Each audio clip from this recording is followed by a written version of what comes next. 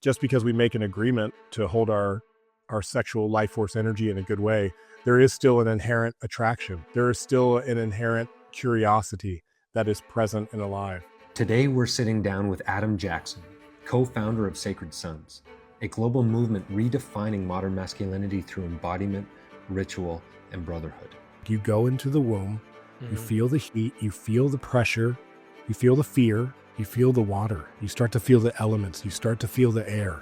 Adam's built a community helping thousands of men heal and step into their power.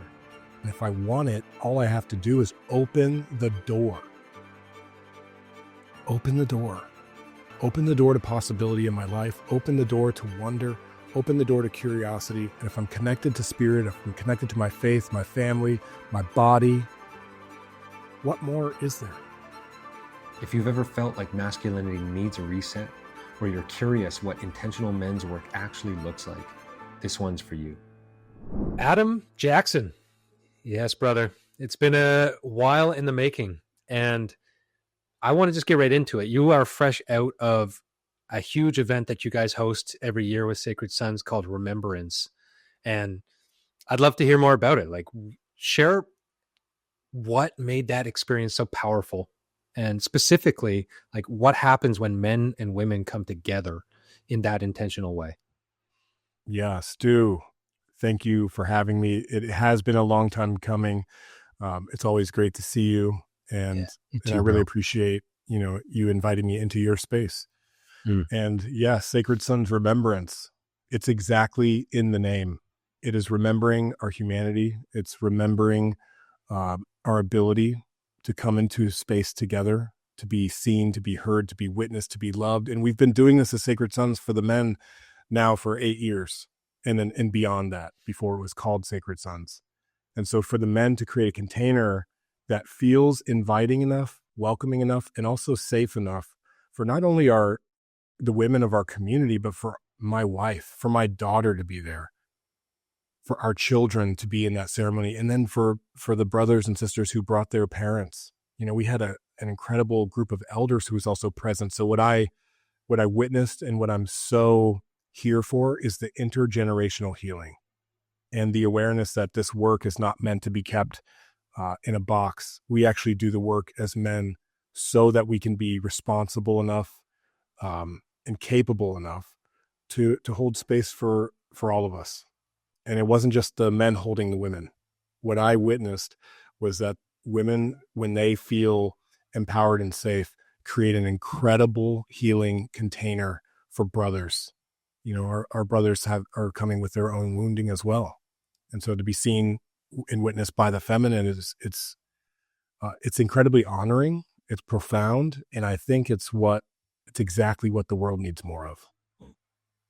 100%. Yeah. Well, as we both know, there's so many men out there chasing the feminine's approval, and a lot of that stems from these deep wounds.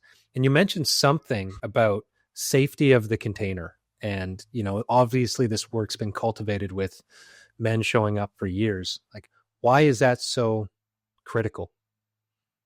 Yeah. I mean, in every container that we're a part of, we have agreements. And I believe in the power of agreement. And it's not to project a culture of perfection. It's just to say, hey, we're playing this game over here. And in this game, we're going to be honest. We're going to be considerate. We're going to be accepting. We're going to remove our judgments. And we're going to keep it sacred. We're not going to use substances. We're going to keep it sober. These type of agreements begin to reinforce a structure that, okay, now that we all know what game we're playing, how honest can I really be? How much truth can I really bring to this space? And I think that that's actually profound in a culture. We're in an attention economy where folks are propositioned to bring kind of like a false narrative, or to be someone that they're not, or to the culture of social media lacks a lot of authenticity. And so we're calling in radical authenticity and exposing these wounds that you're speaking of. And it's not safety, and it's not safe because we say it is. In fact, we can't really guarantee safety. But what we can guarantee as a collective is that this will be an incredibly supportive space. Hmm. This will be a space where you're supported unlike any other because of these agreements that we hold. And that's truly like what we create. And so what I hear in the feedback from women is, wow, I was able to walk through the woods in the dark for the first time in my life and not have to feel afraid. I Hmm. was able to be in even in the hall where we have our shared meals, where we break bread. Women were reflecting to me that they were sitting in a hall filled with 300 men, women, babies, aunties, uncles, and they didn't feel like they had to look over their shoulder. Like for me, that's the reflection of a deep, like a deep knowingness of like, oh, I can be free here, I can be safe here. And then as a result of that, I can lean in and do some of Yeah. this deeper work. I love that. I also love that piece around the safe space, because obviously that's emerged in the cultural zeitgeist over the last while, and I think safety is important, but I tend to call it a brave space rather than just a safe Yeah, space, right? Yeah. of course, and I love that, and that's why for me it's just support. It's like no matter what happens, you're going to be supported, and if we can all kind of harmonize into that understanding. And it's a tough thing to do because that's not what's happening in the square world. It's not what's happening out there. You know what I mean? So Mm. it takes a lot of So what? bravery. It takes a lot of Yeah. courage to come in and go there. And I'm telling you, man, I saw moms, you know, and I'm saying moms, you know, like, but women over the age of 50 being held by the group, you know, Mm. and I'm talking about literally being held, falling into a trust fall, being cradled, being flown, and being supported for the first time in their life in a way that felt like revolution. I got so Mm. many reflection um, from the olders or from the elders of just how important it was for them, because you know this work is not therapy; it's incredibly therapeutic, but it's like drinking from the fire hose of support and kindness and humanity, and that's what I felt through that whole entire Mm. container. Wow. What do you observe about the energy or the dynamic that emerges when both genders show up, and I'll use the word you used, authentically together? You know, like in our space, we're promoting this idea. Let's see each other as brothers and sisters for our time together. Can we see each other just as fellow human beings on this path of life, on in this great mystery? You know what I Mm. mean? And while that's our intention, you know, to see each other in that way, what I also know to be true is that like just because we make an agreement to hold our sexual life force energy in a good way, there is still an inherent attraction. There is still an inherent curiosity that is present and alive. And I'm not like we're not shaming that, but we are asking ourselves like, could we set aside um or kind of like come into an understanding that that's not what we're here for. There's something deeper that we would like to explore together. And when that shift was made, yeah, it really is. It's a familiar feeling, like familial. It's a familial feeling. There's an aspect of it that Mm. does feel like family reunion. It feels like soul fam. I've been calling it soul fam for a very long time, and that's literally like the experience sensation. And I heard that word. I heard the word ohana thrown around. I've heard the word family thrown around throughout the weekend. I even felt in my own family because I was there with Hannah and three of my kids to see them running around and going and playing with the other kids. The kids felt so free just to like run around this 200-acre camp. You know, they're running around and being held by the aunties and the uncles, and that even witnessing that is so like healing for our nervous system. And so I guess to answer the question, when men and women come together, when we make agreements, it feels like family, it feels like home. Mm. Makes me think I've got this like image in my head almost of something new that's emerging, but also something ancient that's just like Totally. in our genetics, right? The village. The village Exactly. is what comes to mind. That's another word that came through quite often. There is a village sense to it. And even for 4 days, you know, one of my teachers told me that it takes 4 days out in the wild, out in the wilderness to lose our sense of modernity. 4 days away from technology, 4 days away from, our comforts. And we get back to like that base level human experience. And I experience that as well as like, we're sharing meals together. We're all off of the technology. We're all outside of any stories that are coming in from the dominant culture, out there. And we're really present with each other. And in that, this kind of village mindedness shows up. And what I witnessed there is like, let's just remove the work that we're doing in our teams and what we came there to do as Sacred Sons. I saw many hands contribute to making food. I saw many hands contribute to building altars, to building structures for ceremony. Many hands to help set up tents and to carry luggage and to just ask for what was needed. And so that level of support comes through that village mindedness, and it is ancient. It's the ancient future, and it's always here. That's the thing. It's not that we have to do anything special. We actually just have to remove a lot of the distractions.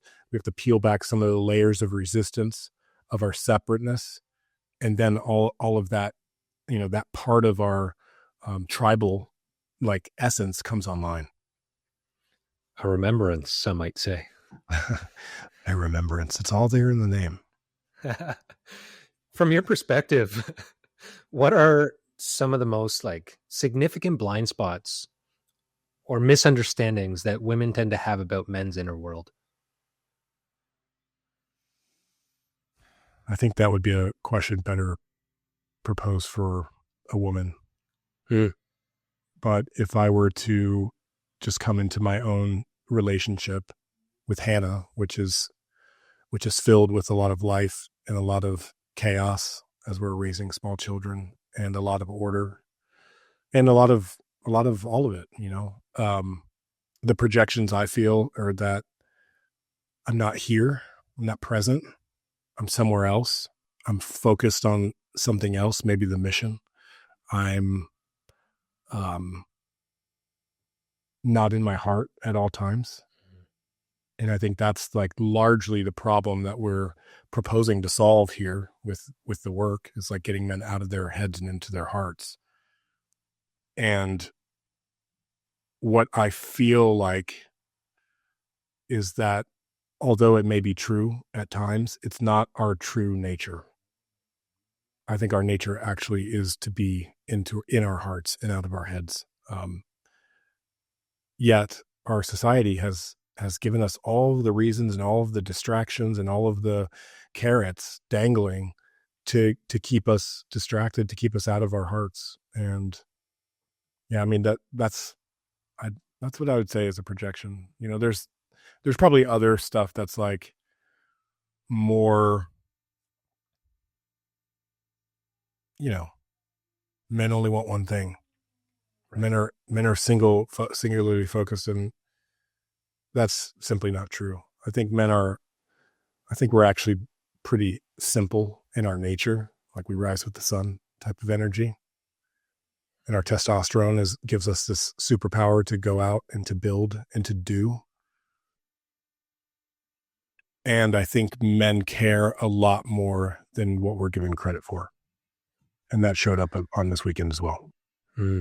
I agree to that in a big way. And I'm curious also from your perspective. There's lots of women in relationships or repeating, challenging relationships with men.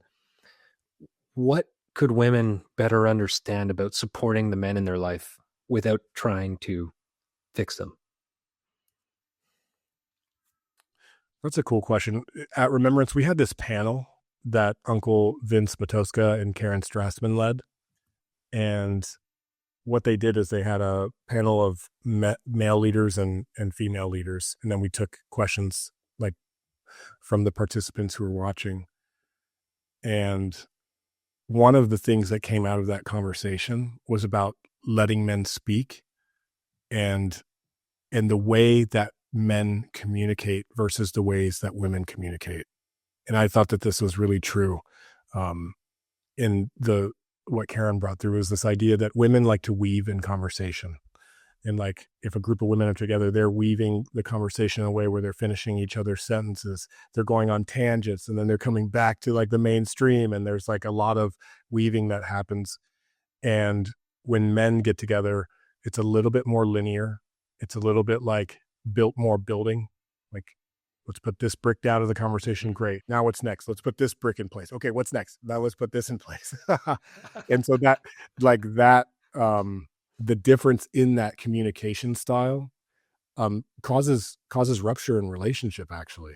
And I have this experience in my own relationship where it's like, I'll be asked a question and I'll give it consideration before I answer. And so that, for me, that takes a moment to consider, because I think that I'm being asked a question that isn't, that I'm going to give it some importance.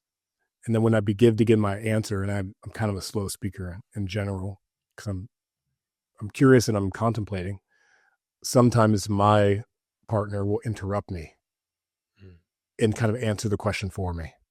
And then I go into a place of like, oh, well, I guess you actually don't want to hear what I have to say. And I take it as disrespect, but what she wants to do is weave a conversation. And I didn't understand that that's the communication style that's being asked for. So there's these subtle things that sometimes feel like disrespect or dismissive.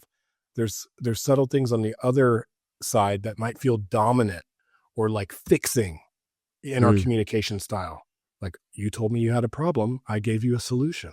That's not what was being asked for. What was being asked for was to listen, and to really listen, and then to ask and to become curious. And so as men, we need to understand that, like, when a conversation is being woven, there's a couple of approaches, but what came out of this panel is like, can we get clear on what type of conversation we're having up front? Do you actually want support for this problem? Do you want solutions? Or do you want care, listening, and curiosity? And this is like this simple way of communication causes so much rupture. And I think it's important to know, especially in intimate partnerships, but even in group dynamics. If you're a team working on something, if you're a family, on vacation even, like, what's actually being asked of us, and can we attune to it? And the two questions, I'll just drop a little teaching here for the men that came through as well, that I like to ask in conversation with the feminine as the masculine is there more? I know. So like if my partner brings me a particular situation in her life and she's telling me about it, before I go into fixer mode, before I go into, oh yeah, that sucks, or like even before I go into like full sympathy, it's like, is there more there? And guess what? There's always more. There's always more. And then when I've exhausted the is there more, the next question is, how can I support you? And that is the key. That's the key, because as men, I think the way I can support you is by fixing this, is by giving you a solution. Actually, how can I support you might look like, I could really use a hug. It's been a long day. I could really use some contact. I could really use X, Y, or Z. You know what I mean? Like, but understanding, because as men, we are attuned to providing, and in that providing it also looks like providing like a solution. And so let's know what that 100%. Solution is, which is being asked for. Does that make sense? Makes total sense. And I love those two questions, just to, is there more? Which, as you said, there always is. And how can I support you? Because honestly, before leaning into this work myself on it, I didn't realize how much my desire to fix, because I've traditionally been a fixer for sure, thinking I'm doing good, but how much I rob somebody of their own experience and their own agency when I just come in and steamroll and like, okay, well, I'm going to help you fix this thing right now. Because that actually lights us up. And so here's the flip. You didn't ask, you're asking about the dynamic with masculine and feminine, but with men, it's actually the opposite. When men bring a problem to each other, we're actually asking for a solution. We're asking, that's our way of asking for help. You know what I mean? And so the place to bring that fixing mentality is actually in a group of men. Like there's a circle of men and a brother's like, man, I'm having a tough time financially. Anybody got any ideas? Men are like, yeah, you should do this. You should get into Bitcoin. You should invest in this. You should get into XRP. I got a solution for you. What do you think about this? And men, we dance in that space. We love to create. We love to build. And that's that. Let's build this pyramid together. Let's build this home together, brick by brick, right? And so that's the place to bring the fixing energy. It's just that men have lost that sense of brotherhood, that sense of camaraderie. We've become competitive with each other. Our true nature as men is to be collaborative and to build together. When we look around this world, when you look around your home, when I look around and see the house that I'm in, men have built this world. Women have birthed the world. You know, the feminine essence of the natural world, of Mother Nature, you know, has birthed everything that we see, and men have built this world, have built this society even. And so the question for us as men is, what is the society that we want to choose to build, to choose to live in, and to choose to continue contributing our energy to? You know what I mean? Like that's a good question for us to ponder, because a lot of us as men, we're just kind of caught up in the tidal wave and continuing more of the same, when maybe what we need is the feminine essence of listening and going, can we slow down a minute? Is this really the direction we want to go in? Men, let's huddle up. Yeah. Men, huddle up right now. Let's huddle up. Is this the direction we want to go for our children? Do you guys feel called to bring children into this world in this way?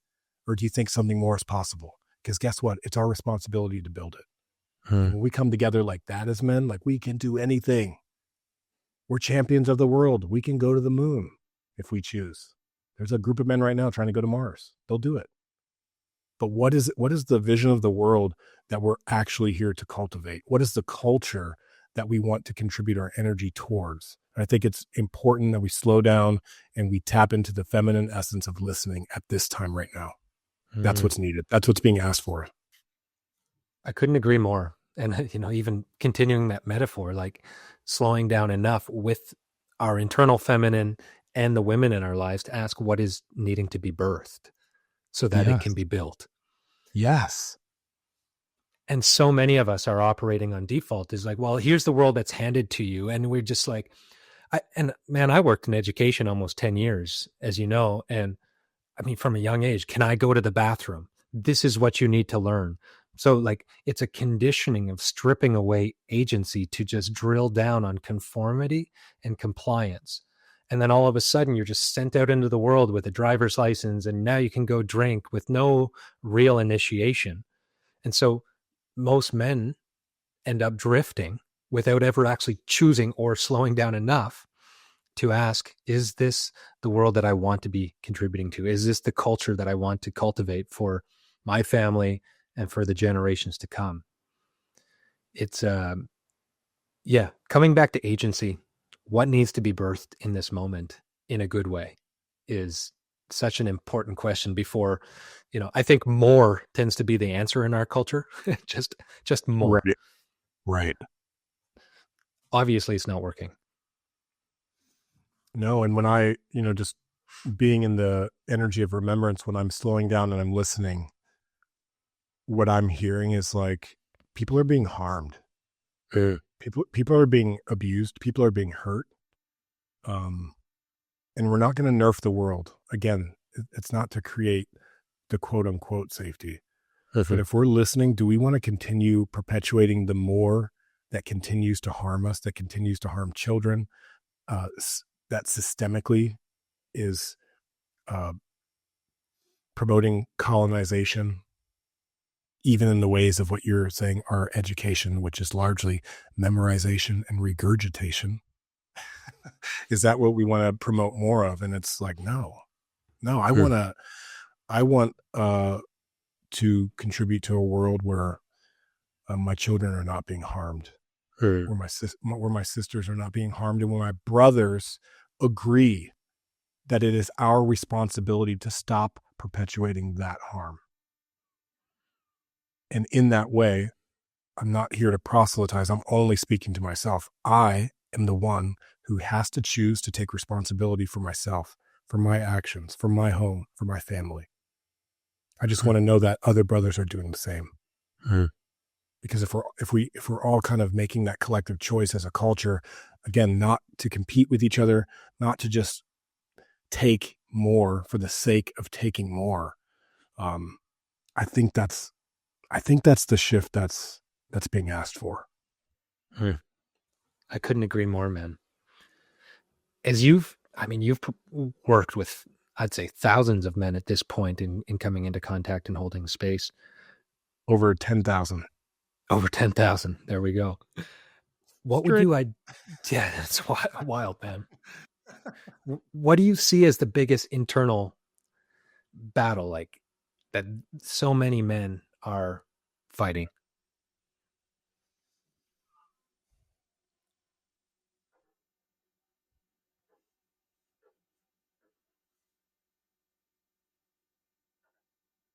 I think it's being conditioned towards a lack of self-awareness, self-love, identifying the self as the one who is like,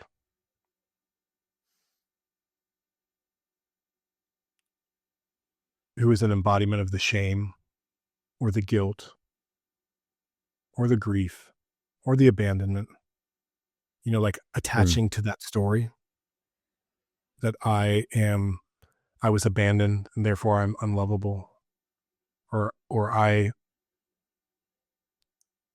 am the addict, when the truth is you're so much more than those stories and those things and those behaviors. And there is a more in our life force for us to attune to become aware of, to come into contact with, and to take ownership of, to claim the responsibility for ourselves, for our choices. And that's what I see. That's what I see. It's a conditioning that's just been like, here's you in your box, and that's all you'll ever be. Mm-hmm. And what I see is men breaking out of their boxes, feeling alive for the first time in a long time, or maybe the first time ever, feeling like I'm not alone.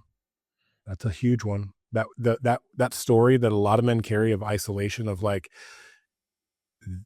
you feel like this and you're fucking alone in that. I felt like that when I first became a father to my son Noah. There was a time, and he might have been only like around 2, but I was having a hard time. I was going through it in relationship with his mom, and I had a moment of like, damn, I'm the only one who's struggling here. Everybody else is living a fantasy life that's just perfect, and they fucking got it all figured out. And here I am. I thought I was so great, and I'm struggling, and I'm triggered, and I got frustration coming up, and I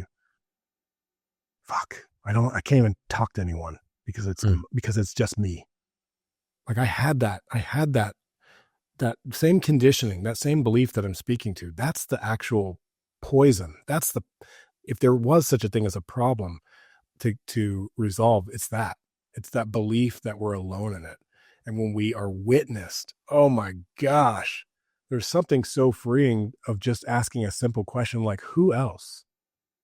And when the hands go up, and when the other fathers or mothers or grandfathers or grandmothers in the container go, hey, that's a part of it.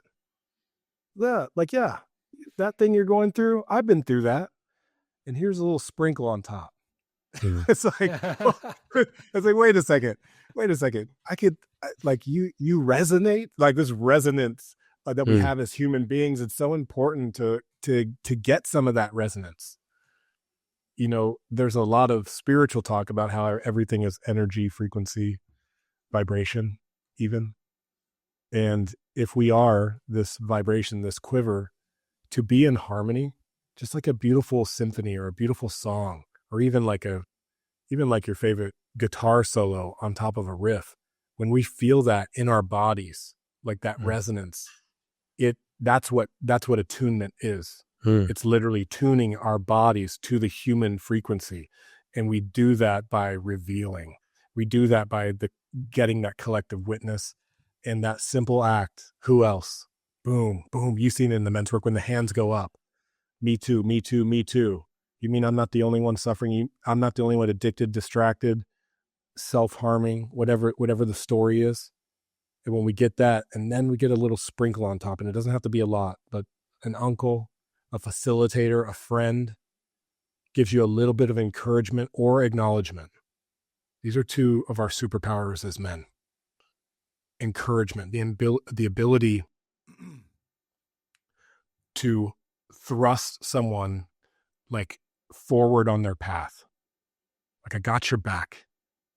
That little bit of encouragement, it's so important for us. Or if they're an elder, that bit of acknowledgement. Like, for young people to acknowledge older people is a missing art in society. You know, we a lot of us feel like we're in an elderless society. We have leaders, quote unquote leaders, political leaders, who are just out of integrity, lacking accountability. So it's like we don't even have a lived experience of being able to acknowledge like real wisdom. And so when you do find it, when you do have it, even if it's your parent, your grandparent, acknowledgement is a superpower. It's so healing to like both encourage others and acknowledge others. So when you're asking me like, what's that, the problem, or did you frame the question as like, what's that piece that lives within men? It's just that it's like, I'm alone in my box of guilt, grief, and pain. And that's all there is to me. Yeah, and it's not true. It's so not true. It's so not true. And as you're talking, I'm feeling it in my body, honestly. And I'm brought back to every experience at a men's retreat when like what I would feel is like right the moment before, like in a circle, especially like starting a retreat where there's just this pent up build of shame from it's a contraction. It's like, oh my God, I'm going to be asked to say something that I've never shared. And when those hands go up, the release, the let down of the shoulder is like this spaciousness. And I think that's where possibility lives. It's like, yeah, oh, wow. That's the magic. Yeah.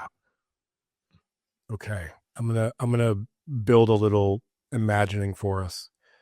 This is ceremony.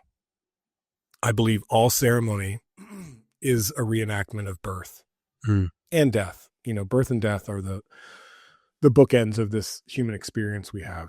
And so when you say the word contraction, yes, it's the beginning of ceremony. It is the contraction. It is that squeeze. You know, the box is not a box. The box is actually a womb of creation. And so imagine yourself in all of your situations and all of your life. You're actually in a womb. And that womb is not here to constrict you. The womb is what's feeding you. It's giving you life. It's giving you an opportunity for all that is possible.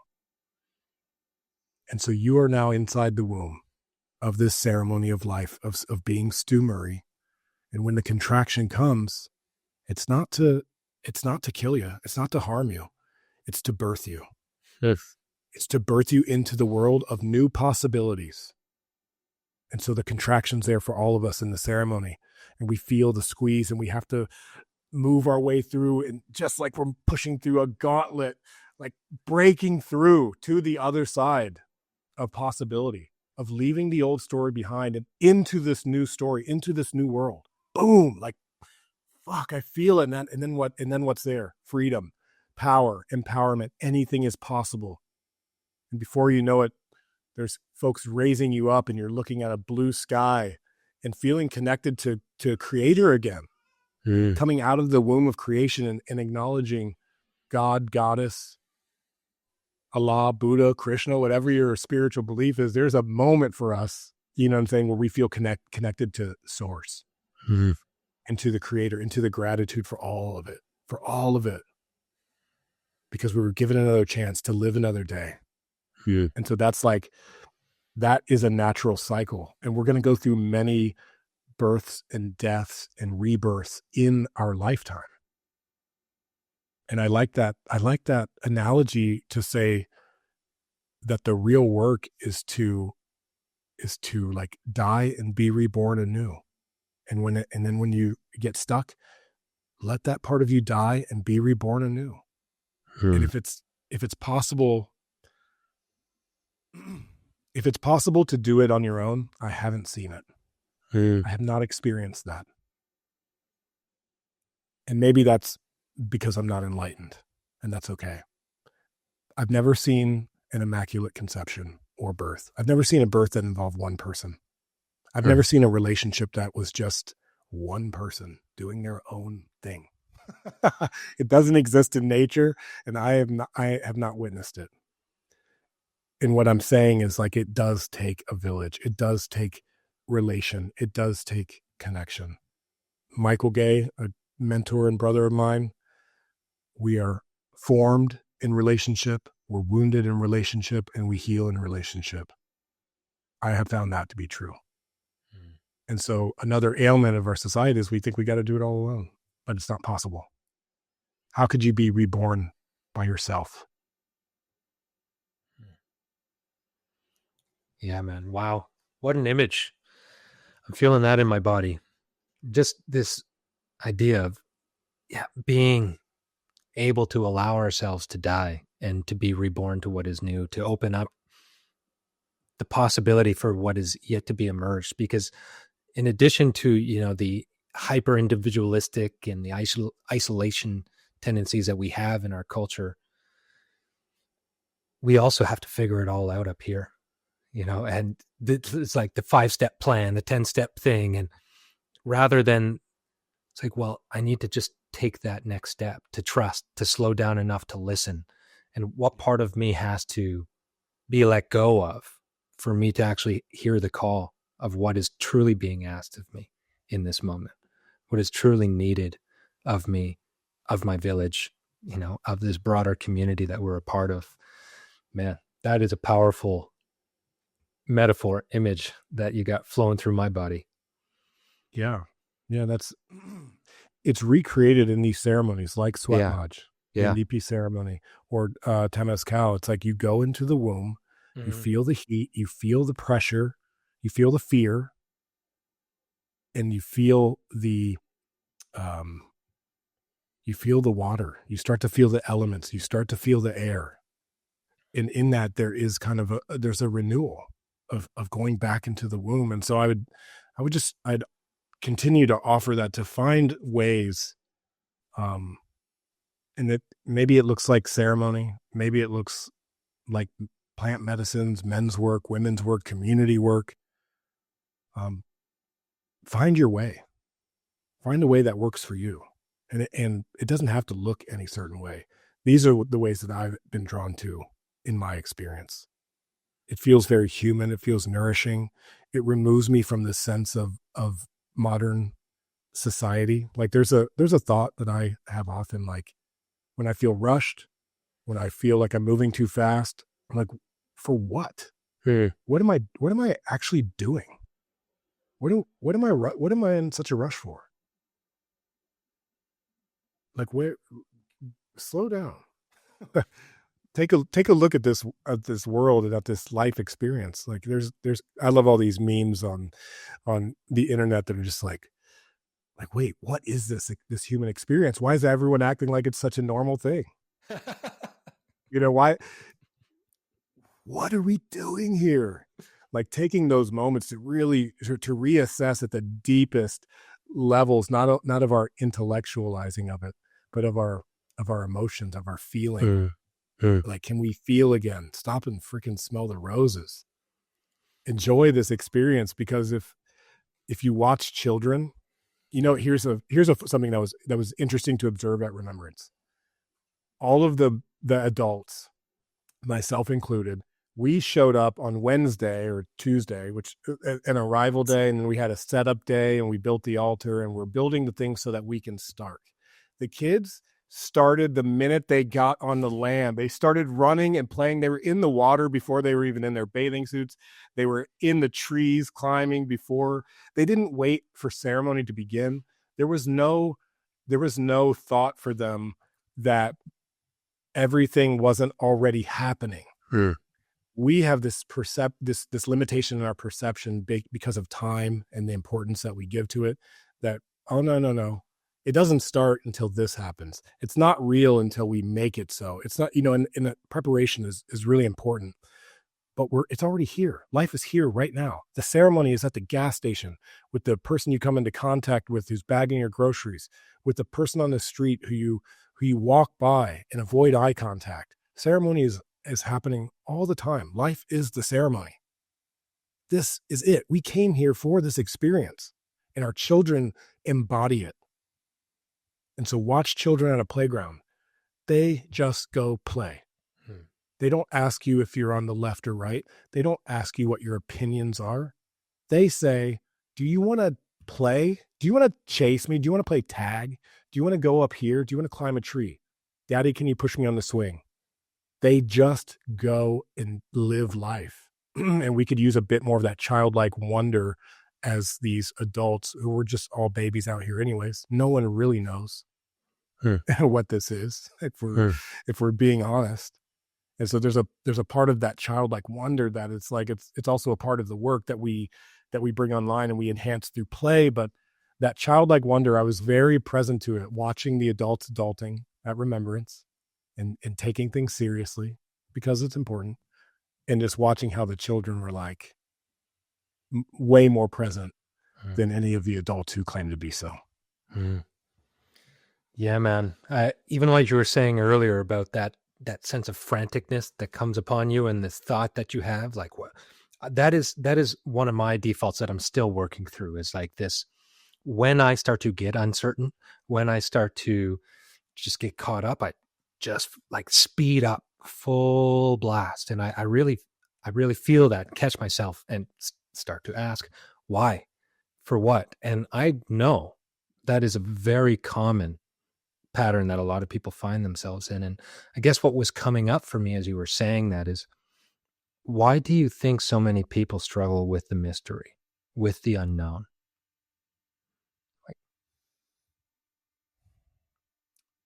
I think it goes back to that conditioning because of like, raise your hand to go to the bathroom. When the bell rings, you get up, you go to the next thing, memorize this, regurgitate that. It goes back to this conditioning where we're being conditioned out of our natural spirit and essence. And our essence is to dance with the unknown. Like, when it rains, are you trying to avoid getting wet, or are you feeling the water on your skin? Like, guess what? It rained in San Diego 2 days ago. It's been raining here. It's very beautiful. My kids are freaking lit on a puddle. On a fucking puddle, Stu. They see this puddle as an entire world of possibility. I see it as a mess, as laundry, as like, it's going to get in my car. Like, it's going to take time to get you out of your wet clothes. That's the conditioning that I am subject to as a parent. But like, I think we all have a bit of this in us. They are like, mud is like sculptures. It is mess. It's handprints on the concrete. It's like, it's a whole world of possibility. And they have no attachment to this thing that we have been conditioned to because of our society. I have an indigenous fantasy that maybe, like, if we were a little bit closer to the earth, I wouldn't be so adverse to the mess. I wouldn't be so adverse to the time it takes to go in the river and clean off the clay from the bottoms of our feet. You know what I'm saying? Because I wouldn't see it as taking time away. I would see it as a part of the process of the imagination that is cultivated from this puddle. Okay, so like, I don't even remember what your question was, but what I'm saying is like, it's because of that conditioning, and man, possibly it's from the education system. You might know better than I because of your proximity to it as an adult, as a teacher, as an enforcer of it. But I remember feeling stifled, tired, exhausted by the classroom setting, like trapped in a way. watching that clock tick, waiting for the bell to ring so I could go outside kind of energy. Mhm. When the truth is outside is right there. And if I want it, all I have to do is open the door. Open the door. Open the door to possibility in my life. Open the door to wonder. Open the door to curiosity. Open the door to the idea that anything is possible. And if I'm connected to spirit, if I'm connected to my faith, my family, my body, like, what more is there? You know, and I feel these things. I feel them when I go to Maui. I'm getting prepared for Maui Mana.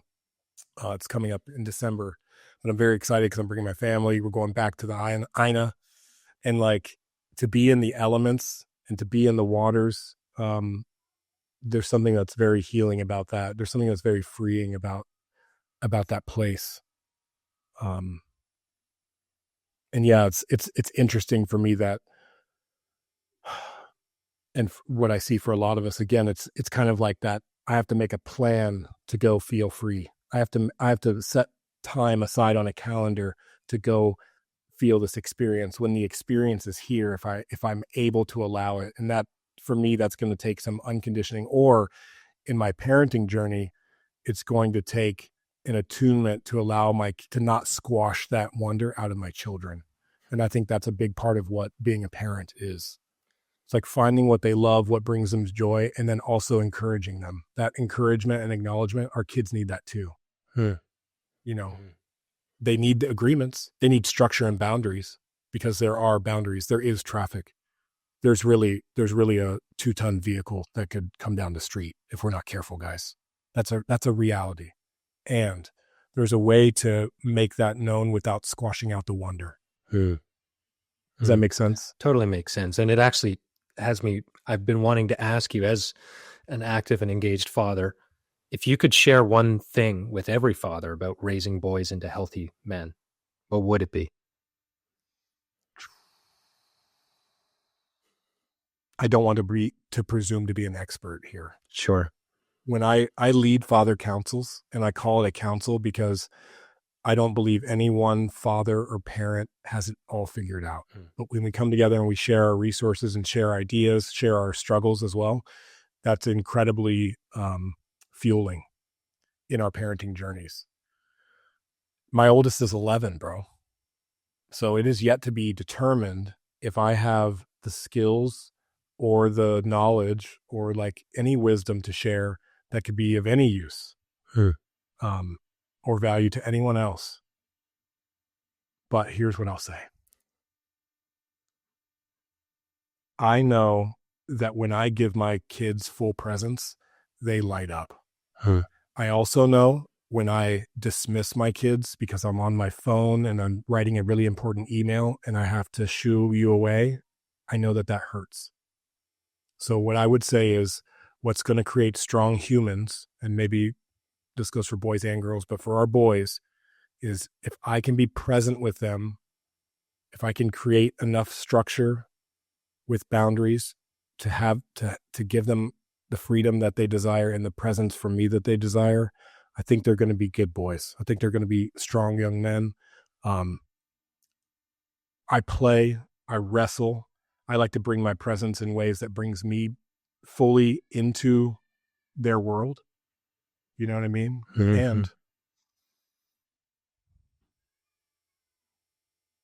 And that's like, it feels natural to me. Like,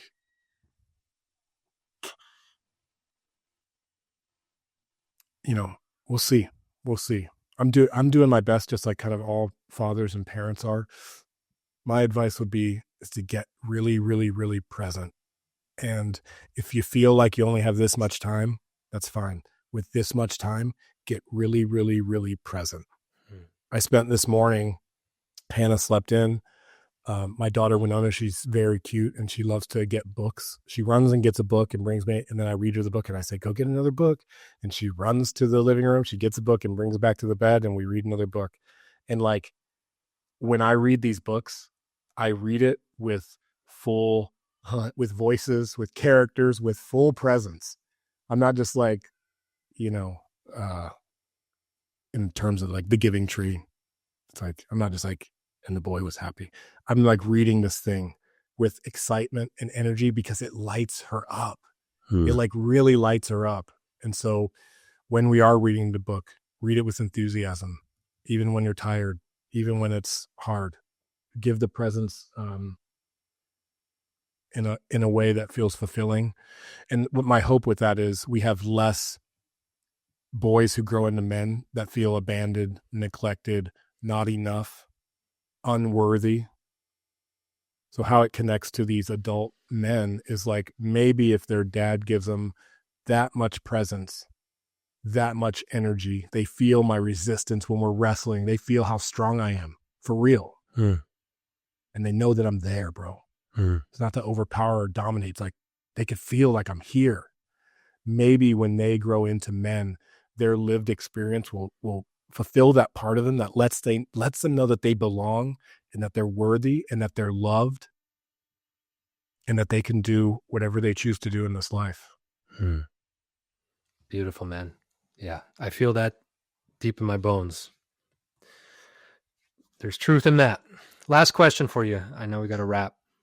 What gives you the most hope about men's capacity for growth and change?